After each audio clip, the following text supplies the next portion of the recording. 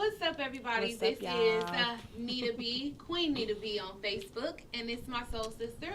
And I'm Pretty Lady Honey Lee. Pretty Lady Honey Lee on Facebook. Call me Honey, Honey Lee, whatever. Just no more Ashley. Okay. So yes, happy Soul Sister Saturday to y'all. Thank y'all for joining us on our episode 2 of our Soul Sisters podcast. We're also live on Facebook as well. So now, today, me and Soul Sis want to dedicate a Soul Sister Saturday to our soul men, our soul black men. For real. Like, we know it's, March, the month of women. Melanin March. Yeah, but I just feel like we really, like, we've been going live since, early January. Yeah. Yeah, like first week. Yep, and I feel like we just really, we try to cover, like, all aspects of life, but I really feel like we just haven't touched on men, like, just whatever, like, men, period, I guess, but we're touching on mental health, and Archie Williams, so, yeah, tune in, y'all. Yes. So, I'm going to start it off, like I said, with our Black History Moment, which is going to be dedicated to Archie Williams. Let me go ahead and get my notes, y'all, because I did my research. So, can't keep all that up here. Yeah, definitely cannot. It's a lot to keep in. But, yeah, so Archie Charles Williams, he, you guys may know him from America's Got Talent. I believe he was on season 15. But he originally has a super real backstory to, his history. So that's why we wanted to dedicate this Soul Sister Live to Archie Williams and black men in general. So let me just give you the little backstory on him. His name is Archie Charles Williams. He was born in the 1960s in Baton Rouge, Louisiana. And he was wrongfully accused and convicted of rape and attempted murder. He was only 22 years old when this happened. A baby. Yeah, he was. And he got a life sentence at that. Mind you, I said he was wrongfully accused. So when I say that, basically the Innocence Project, which a lot of people know about. Some people do, some people don't. I'm going to go into that as well, a little bit about the Innocence Project. But they helped fight for years. Like, for over decades, they were fighting for him to get the evidence to prove that he was innocent, because he pretty much was wrongfully accused. And on March 21st, 2019, he was released from prison after a judge received the fingerprints and they reviewed it to find out that he wasn't guilty. Like, how crazy is that? That was just 2 years ago. Like, how crazy is that? But that was, how many years did he spend in there? I believe it was like 20-something years, 27 years. I believe it was, or 37 years. I'm sorry, y'all. It was 37 years. And no DNA, like... Yeah, they didn't even have no DNA. And the evidence, the fingerprints that they did have when the judge reviewed them in 2019, obviously they weren't his because he was exonerated. You know what I'm saying? But it took 37 years for you to exonerate this man. That's crazy. Just like we were talking about last week. People spend so many years in prison for things that they did not do, and that's when the Innocence Project definitely comes into play. But what I don't understand is, because it's like the technology now is amazing. Like, I just felt like because you watch CSI, all these criminal mind shows. It's like they got technology to where if the picture is blurred, they can clear it up to get like your license plate number or something. So I feel like, definitely, come on now, like, y'all everything could have been done to not wrongfully accuse this man, and he lose out on 37 years. 37 years. Like, he was literally just starting his life out. I feel like when you're in your early 20s, 22, I was still trying to figure out who I was. Yeah, it's like, I was on baby number 2, but I just feel like America, but at the age of not 21, but the age of 18, you're considered grown. You're not grown. You can just be tried as an adult. Like, my boys will still, at the age of 18, I want them at home. I'm sorry, my boys can be almost 30, still living at home. I just want them to, get all that they need to know, actually have that structure, save money. So when they move out, they're not moving into somebody else's stuff. Right. They're moving into their own home, like homeowners. Like, come on now. Like, all this is just crazy. And it really, I feel like it ties into, no, I feel you. Yeah. Like, that's why I wanted to cover this story and bring light to it, because of the fact that this is going on every day in everyday lives. And I feel you when you say, even after 18, my kids will stay with me, because there's so many other races that do that. Like, their kids stay with them through college until they get their career where they can move out and be and survive on their own without the help of anybody, or having to come back home because they failed at whatever they needed to do. Like, your child needs to stay with you until they're in a place to where they can take care of themselves. Like, let them finish college. Let them find a trade, even if they're just doing vocational school and not college. Let your kids, support them through that. And but even let them be, my bad, I want to cut you off. No, it's okay. But teach them structure and responsibility while they're there. Facts. But, and also, though, if they need to come back, let them. Yeah. It's a lot of people, too, like a lot of, just from my experience, like, but even though we all, as we get older, we don't want to, like, when we move out, that's it. It ain't no coming back home. I don't need to come back home. But if you ever need to, it should always be an open door. And it's not an open door at all. Like, it's just, I want you up out of here, you're gone. You're gone. Once you leave, don't come back. That's now I get the vacation. How Stella got a groove back, woman. No. Like, please stop. It ain't about you no more. You had them kids, raise them right, make sure they...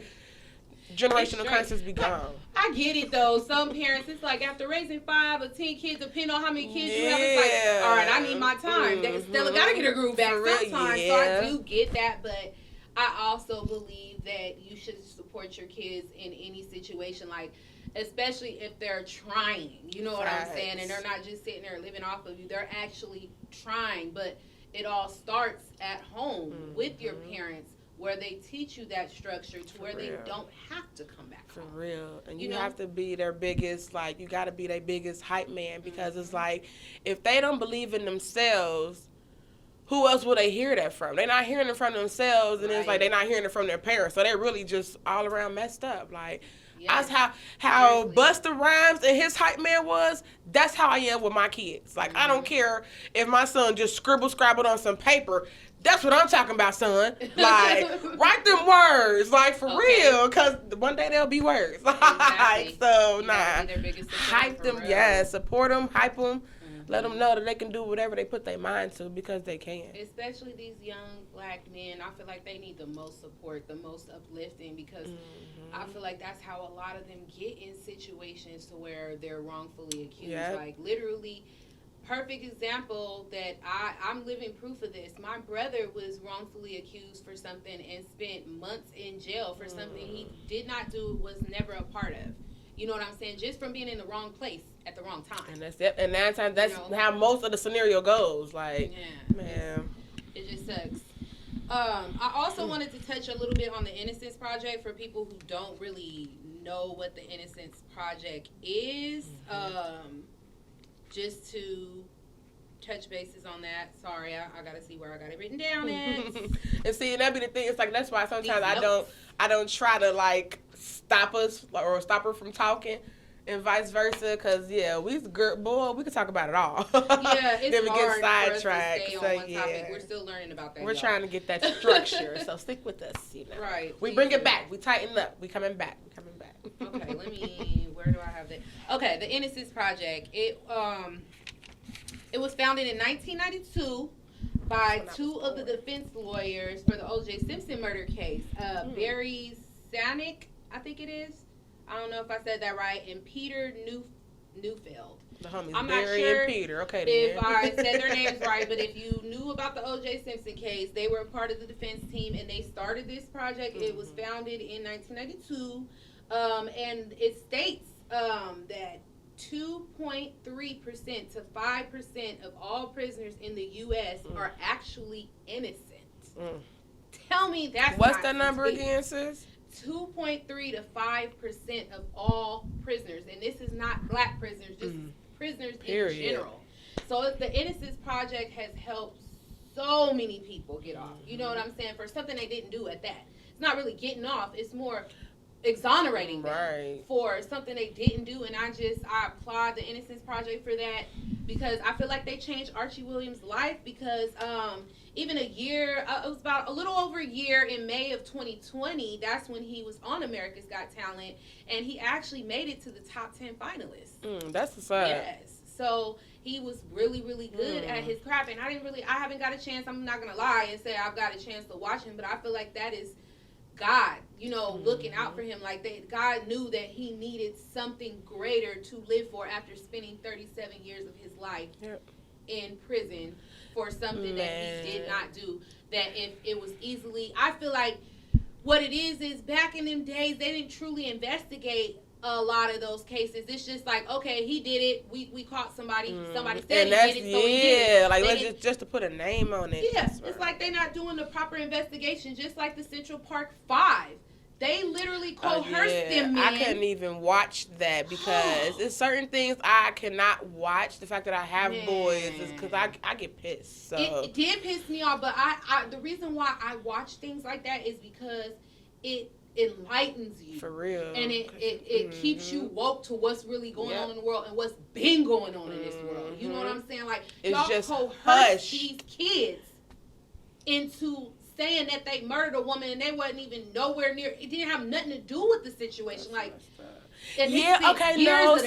So I seen parts. Okay, that's when the little boy, he had on the backpack and all. He wasn't even with the group, or he was. No. I know what you're talking about. I know exactly what you're talking about. It was so sad. And they My brain just left them kids in them interrogation rooms for hours until they were completely mentally exhausted to where they're like, yeah, okay, I did it. Yeah, this is what I did. Just to get, because they told them, I'm going to let you go home if you tell the truth or you tell what you did. They coerce these children without proper lawyers, attorneys. Because they was all underage where they parents at. Parents and lawyers. And then that sounded like the movie Detroit, too. That was like the similar. I haven't watched Detroit. I'm going to have to check that one out. Sorry. Well, it's like, it's a sad case with these situations, but like she said, like there is, we need to be enlightened. But yeah, if y'all haven't checked out Detroit, check it out. And also, what is it called? When They See Us. I think it's called When They See Us. Yeah, on Netflix. I think. But it's about the Central Park 5. If y'all Google that, y'all definitely, the name of it will pop up. It's a really good story. It's very enlightening. Also, I would say check out stories on Archie Williams. You know what I'm saying? He's living proof that you can go through horrible situations in life and still come out, for real, blessed. Like, same thing with Centoya Brown. You know what I'm saying? She still came out blessed out of those situations. It just goes to show the resilience in the black community. And not even just the black community, because it ties into, I just put emphasis on black community because I am a black woman. So that's the main reason why I put emphasis on that. But we want to speak for all cultures in general. This is dedicated to black men, so that's why I'm saying what I'm saying. Not to offend anyone or anything. It's like, sorry, not sorry, because this is what my topic is right now. And Black History Month is 365. Right, so, exactly. Yeah. And this is our Black History moment. And honestly, the situation with Archie Williams does tie into this topic of mental health issues in black men. Yeah. All right, y'all. So here goes. I'm going to give y'all some numbers. The stuff that I didn't really have enough time, but I jotted down what stuck out to me.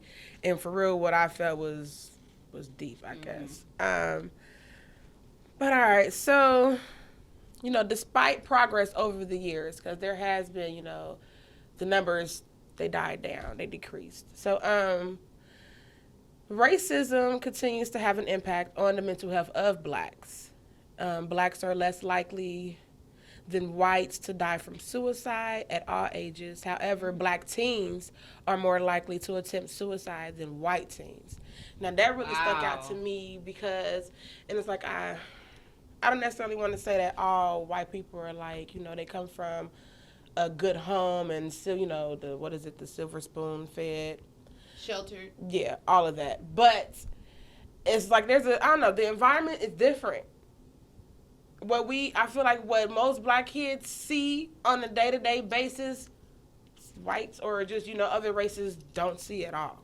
Like, it's kind of a form of white privilege, for real. Yeah. It's like we've been exposed to so much more, and I'm not saying other races haven't. I'm speaking on what we particularly know about, and it's like they get exposed to so much that it mentally messes them up.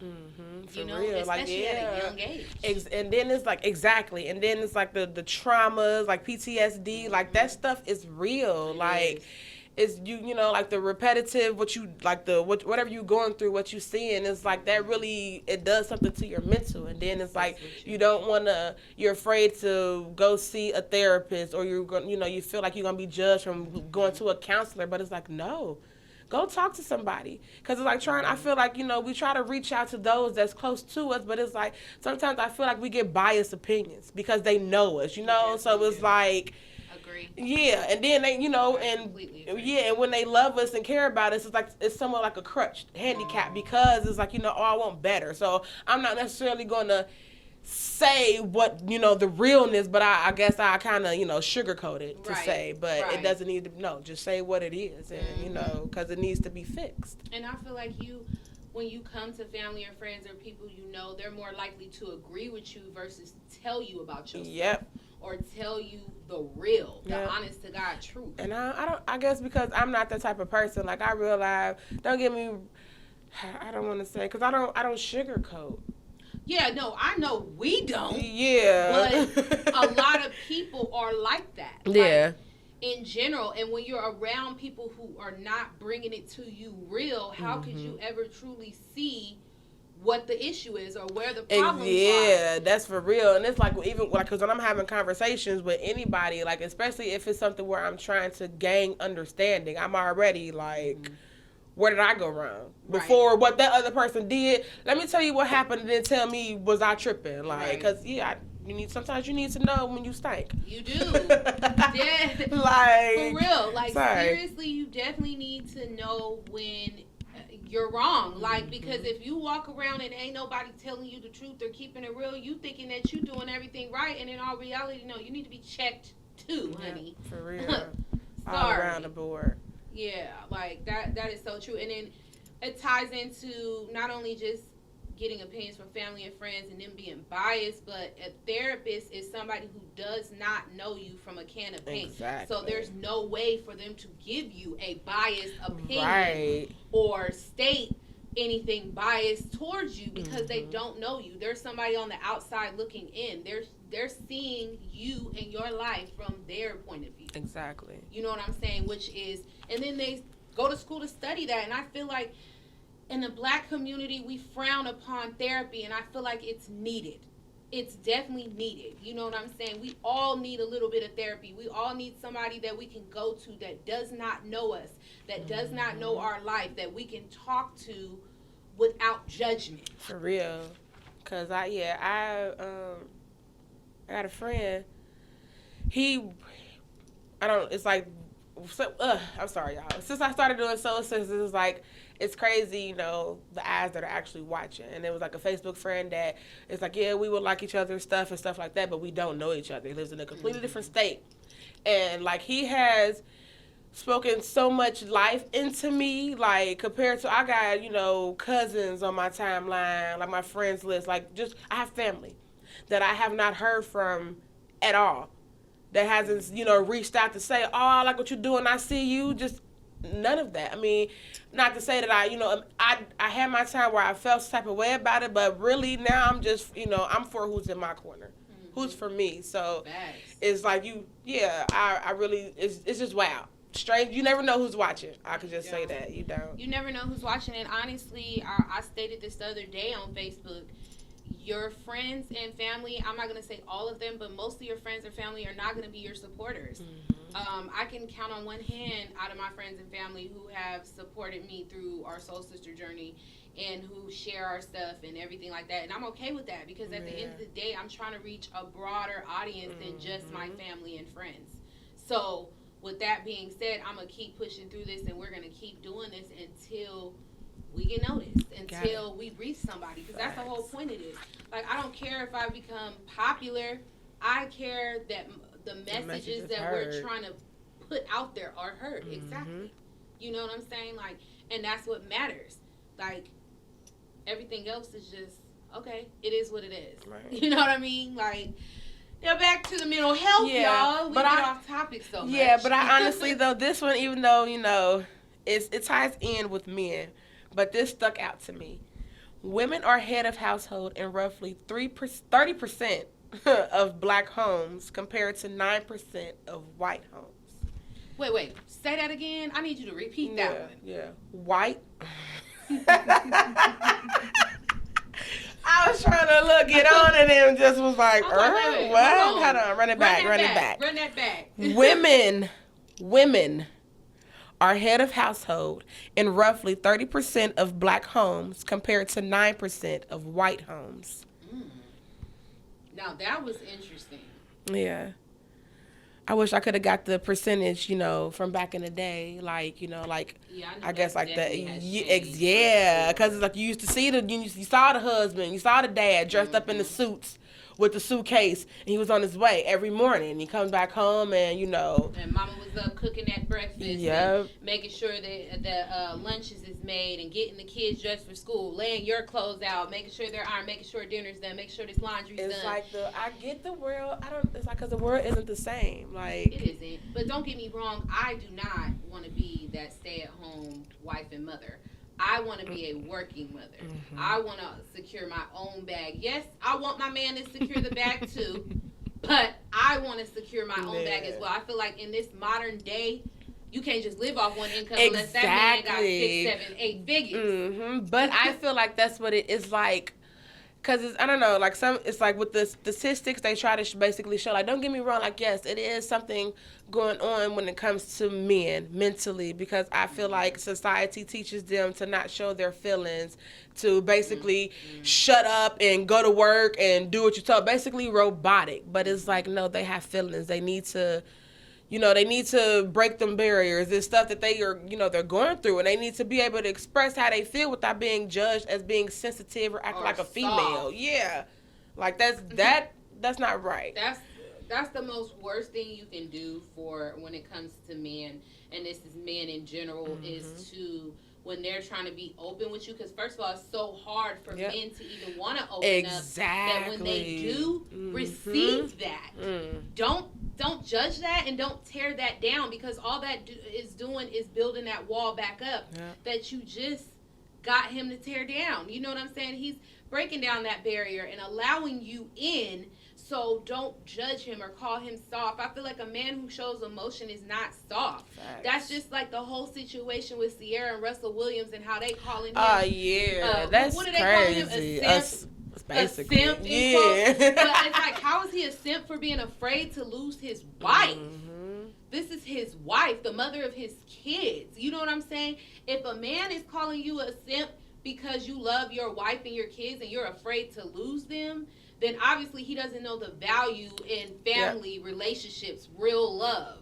That's how, you know what I'm saying? Like, what kind of, it's like, that's the same. It goes hand in hand with mental health, or a man feeling sad, or a man wanting to cry, or him having a moment. They have moments just like us women. Even though we're more they're emotional, human for real. That they don't have emotions. Just like that whole saying, happy wife, happy life. I don't like that, because it's just like, okay, forget how the husband feels. Right. Just as long as the wife is happy. Happy spouse, happy house. We all do it though, because I ain't gonna lie, even with the kids, don't get me wrong, my kid's dad, when I need to do what I do, he got the kids. So it's just but it's when I'm with my kids and it's they done hit a nerve, I'm like, I need a break. Calling them, come get your kids, and it's just damn, he just had them. He need a break too. Exactly. Just like you need a break. For real. It's both ways. Stop thinking, ladies, stop thinking about yourself. Stop thinking about how you feel, thinking about how your shorty, no. Think about how your man feels, okay? Have y'all asked him, have you eaten today? How was your day? Seriously, not just repetitive or just, have you really. Made that man a back rub? Girl, back rub, feet rub, him to go get a pedicure. Massage Men get pedicures too. They sure do, because my boys get pedicures. Not, how they supposed to, but I do them. I give them that self-love, that care that they need. So treat these men better. Treat your men better. They need to be pampered. Lift them up too. Yes, they need it. We always talking about what ladies need, what women need, but there's a lot of good men out there who don't get the treatment that they deserve. So, and it's real. like, it plays into what B. Simone said. How can you expect a man to be a certain way and you're not even that way? Exactly. Can you have your stuff together first before you expect this man like to he be gotta on have this caliber, this, he gotta have that, but you here? have nothing. He gotta have to find his car, but you getting on the bus. No. No, baby, we need crazy. You gotta work for what you want, like clearly. Like he over here working, trying to get the perfect wife, and you that perfect wife that ain't got a pot to piss in or a window to throw it out of. Stop playing with me. That sounds absurd. It is absurd. It's like the audacity. Where are these women at? Like, it is just crazy because it's like, I ain't trying to sound like the perfect woman, but, you know what I'm saying, I know what to do. I just got a mouth. But it's just, I like talking to these men and hearing some stories, it just be like, is women out there like that it's for like, real? How could you treat me like that? Like, don't get me wrong, like, and I know it's been times where I guess, you know, every relationship is not perfect. So it's been times where I guess the man done cheated in the past and he's trying to make it better, but it's like, he can't make it better if you keep bringing up his past. So it's like, if you're going to forgive that man, truly forgive that man and move forward. If you keep bringing up that past, how are you truly moving forward? Because it's like all that progress you made, you just set it back as soon as you mentioned that past. Exactly. You know, leave it where it's at, honey. That's like saying, I'm sorry, but no. Like, or I forgive you, but nah, leave the butts alone, okay? Leave them out. Just apologize and keep it moving. It's just, yeah, y'all, like, we really, really, really had to touch on this subject of black men and just what goes on. Like, just men in general, though, for real. Because they all get treated, you know, and we're not speaking for every man. We're speaking for the men that we know are dealing with these issues, the mental health issues, the issues of being incarcerated for years, the issues of not being supported, the issues of not being appreciated. You know what I'm saying? The issues of being in a relationship with somebody that you can't fully express yourself to because you're going to be judged, or you're going to be called soft, or you're going to be called a sucker, or whatever. And you're none of that. You are a wonderful, amazing, magnificent man. King. Man of God. You're a king. Like, yes, just to all the men out there, like, seriously, y'all are bomb. Like, even from the way that y'all walk. Like, stop playing with me. I love to watch a man walk. Like, it's just something about the confidence. The whole posture, just girl. Just the movement. Just everything. How you talk, how you present yourself. Man, there's Angie some out there that's Stone just like, said it best. Daddy. Yes, for real. Don't play with me. Like, for real. Like, men are bomb. They are. The way y'all hold down, like, for real, like, the way you hold down the spot, the way you hold the kids down, the way you, because it's, you know, a woman can't teach a boy or a man everything. So just, man, men are appreciated. Teach a boy how to be a man. All the mentors out there, like, Big brothers. Yes, that's what I was thinking. Big brothers. For real. Like, wherever y'all, to every single man in the world, know that Soul Sisters love y'all. Yes, we support y'all and we got y'all back. Like, yes, we're all about our soul sisters, but at the same time, we all about our soul brothers as well, because y'all need the same love and support that we have. You know what I'm saying? And it's not enough of it out there for the men. I feel like they get criticized and because even with Father's Day, like, stop it. Father's Day is one of the, like, it's sad because it's all deadbeat this, or the mama's like, I'm the mama and the daddy. No, you're not. You're the mother. We celebrated Mother's Day in May. And a lot of them, it's like, okay, some of y'all is the mama and the daddy, but some of y'all the mama and the daddy because y'all choose to be. Exactly. Like, y'all being bitter. And that's the thing. Even doing a little bit. Because some of these men out here ain't trying. I know there's some people out here that for real is just waking up on the block waiting for somebody else to get them a handout. Like, they just looking for a handout. No, but there's some men out there, like, for real. They just need that extra push from you. Good morning. I hope you have the best day possible. Like, come on, let's be productive today. Like, they just need that extra push. And it's like. There's fathers out there that love their kids. They spend time with their kids. I know some but they may not fathers. Be fortunate enough to do the things that you can do for your child in that moment. They may be going through a transition or having a hard time. Yeah. Don't make it hard on them, especially if they're still making an effort to be in their child's life, because there's so many men out here that don't even care about their kids. Facts. Don't even take the time or the effort. Yeah, okay, you may not have the money, but if you got the time and the energy, give them that. And that's why a lot of these women are calling these men deadbeats, because the money. Oh, he ain't got enough money to go buy him that new pair of Jordans. But he's spending time with him. He just had son for a whole week, exactly. And and that'd be the thing, because it's like whatever the child can recall. Like, oh, I remember when me and my daddy we did this, and that. That's it. The material things do not really matter to a child. That's not what they're gonna remember. Oh, Daddy, I remember when you bought me those new Jordans that came out. Or I remember when you bought me this Nike sweatsuit. No, they're gonna remember that time you took them to the park and they learned how to ride the swing by themselves. Facts. They learned how to ride their bike without training wheels because you taught them that. That's the stuff that they're gonna remember. Or a time where they were scared and you kept them safe. They felt secure. You was like a hero. Yeah. For real, because it's the little stuff, like, for real. Talking about this got me thinking about all the bomb things that my dad has done for me. Like, just, oh my God. Like, I used to be considered a daddy's girl. I'm having the opposite I used to be a daddy's girl, but it's just like, when you get older, though, it was once I got older, he forgot how to, I guess, be a father to me, because it was just like, hold on, like, this is a woman now. Like, wait a minute. She growing in places she ain't supposed to grow. Like what is going on? But still, I don't know. I have the opposite effect of you, sis, because I didn't grow up with a dad. I didn't grow up, I'm not going to say I didn't grow up with a dad. I didn't grow up with my dad. I did have moments with my stepfather. And he was there for things, but there was a period of my life where I didn't have nobody but my mom. Right. So it's like he wasn't the one that taught me how to ride a bike. He wasn't the one that, came to my rescue. Really, my brother was my father for real before he passed. So, and he was really the only father figure I had besides my stepdad. You know what I'm saying? Like, that's why I'm just like, be thankful if the father is trying to be a part of your child's life. Be thankful for sure. For real. And that's, well, I guess, because, look, that make it sound like I'm hard on my dad, I guess, because, I don't know, he ain't the perfect dad, but just now that I'm older, it's just certain things where I'm just like, damn, like, when it comes to, like, car situations, like, my dad never taught me this. So it's just like, like, what do I do in this situation? Or just, honestly, for real, when it comes to, like, men, it's like, I feel like my dad really didn't give me that. Not necessarily say, like, oh, daughter, no, you don't talk to these kind of men, because, of course, I'm grown and common sense, I should know that myself. But just, just certain ways on how a man should treat a woman. Yeah. That's where, So, but like I said, I don't fault my dad for anything, because, like, he had a hard life. He didn't even have his father in his life. Yeah. And what sucks, though, because we actually reached out. Let me see, like, years ago, we reached out in, like, January. No, we reached out in June. His dad had passed that January.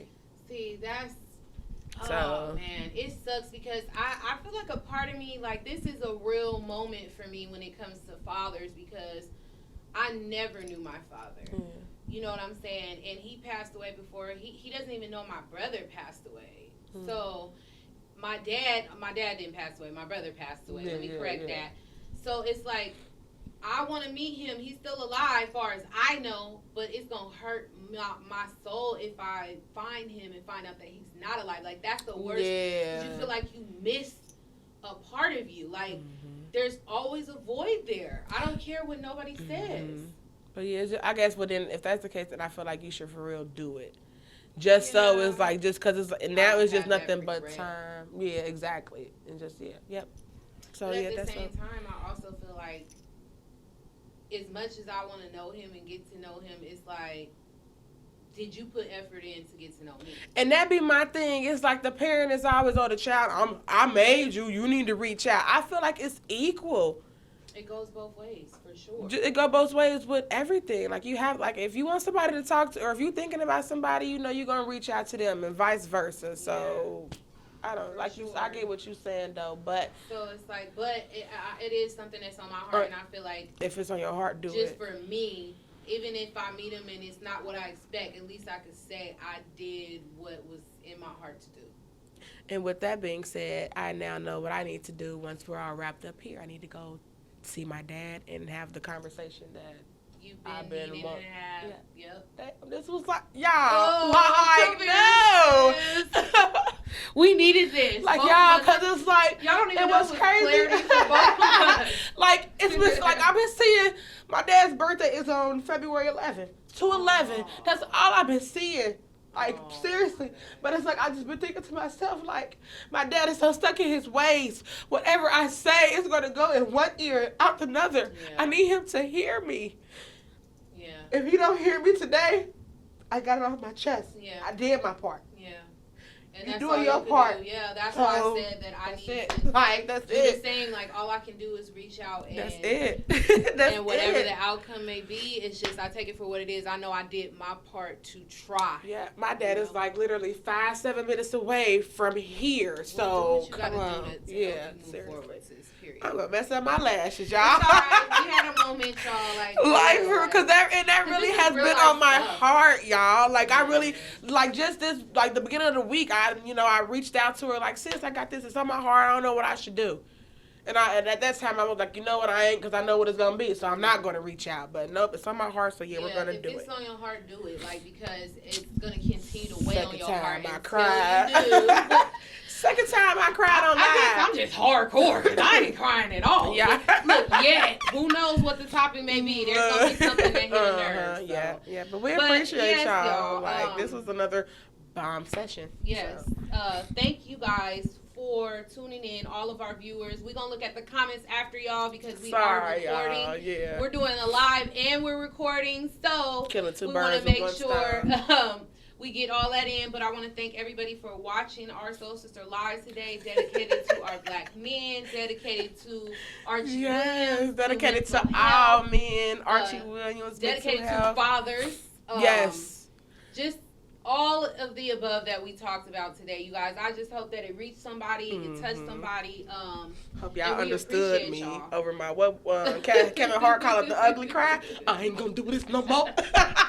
No, seriously, I am. Super, like, and it's like I'm really just so raw and innocent with y'all because I really just want y'all to like. It's okay. It's okay. Yeah, I mean, speak your truth, and at the end of the day, that's something that was on your heart, and that was your truth that you needed to get off your chest. Just like I said, like, I need to deal with what I need to deal with too, and I feel like that's the only reason why I'm not crying about it is because I haven't dealt with it yet. Like, I push it in the back of my head, and it's like, there I go. I'm acting like a man now, like pushing it back because I don't want to feel soft and I don't want it to get me emotional. So, but okay, all right, y'all. We wrapping it up because we gotta go. Studio about to close. We love y'all. Thanks for tuning in. Yes, we love y'all. And I'm Queen Nita B, and it's Soul Sis, Pretty Lady Honey Lee. See y'all next Saturday, y'all. Peace. Enjoy y'all Saturday.